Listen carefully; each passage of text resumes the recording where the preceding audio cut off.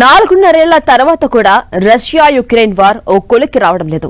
అంతేకాదు రెండు దేశాలు ఇంకాస్త యుద్ధ తీవ్రతను పెంచేందుకు రంగం సిద్ధం చేసుకున్నాయి. అయితే అందులో యుక్రెయిన్ కొత్త సాంకేతికతను వాడుకుంటూ రష్యాను బెంబేలెత్తిస్తోంది. సైనికుల ప్రమేయమే లేకుండా రోబోట్స్ ను పంపుతూ రష్యా సైనికులను లేపేస్తోంది. అదెలానో మీరు చూడండి.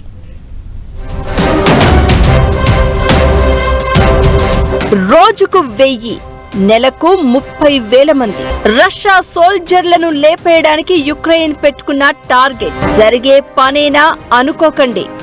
యుక్రెయిన్ ఓ ప్లాన్ తోనే ఉంది. సైలెంట్ గా రావడం, వయలెన్స్ క్రియేట్ చేయడం కోసం రోబో డ్రోన్.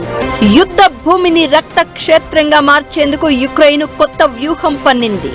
నెలకు 30,000 మంది రష్యా సైనికులను చంపుతామని, అందుకోసం రోబోటిక్ బాంబు క్యారియర్లను సిద్ధం చేసింది.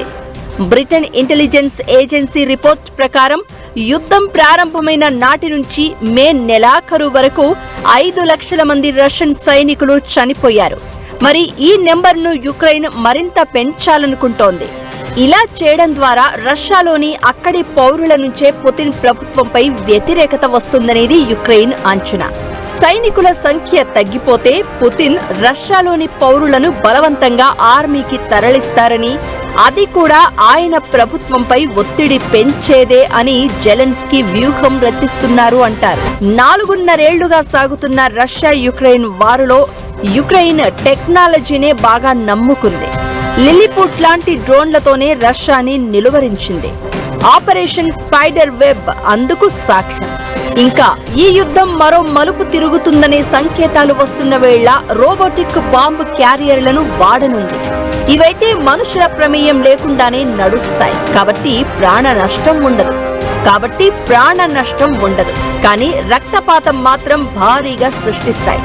సైలెంట్ డెత్ గా యుక్రెయిన్ చెప్తోన్న ఈ రోబోటిక్ వాహనాలు ఏమాత్రం శబ్దం చేయకుండా శత్రు స్థావరాలకు చేరతాయి.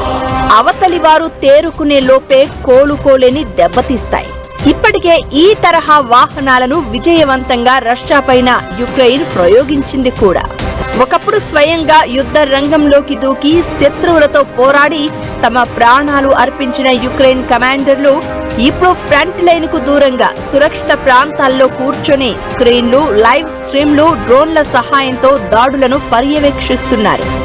యుక్రెయిన్ సైనికులు ఎవ్వరూ నేరుగా రంగంలోకి దిగకుండానే కేవలం పేలుడు పదార్థాలతో కూడిన రోబోల సహాయంతో రష్యా స్థావరాలను విజయవంతంగా ముట్టడిస్తున్నారు.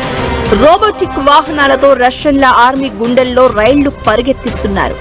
ఈ మధ్యనే చరిత్రలోనే మొదటిసారిగా కేవలం డ్రోన్లు, రోబోల సహాయంతో ఒక రష్యా స్థావరాన్ని తమ ఆధీనంలోకి తీసుకున్నామని జెలెన్స్కీ ప్రకటించారు. అయితే ఈ రోబోలను కేవలం దాడులకే కాకుండా గాయపడిన సైనికులను సురక్షిత ప్రాంతాలకు తరలించడానికి, ఫ్రంట్ లైన్ సైనికులకు ఆహారం, మందులు, ఆయుధాలను సరఫరా చేయడానికి కూడా వినియోగిస్తూ ఉండడం హైలైట్.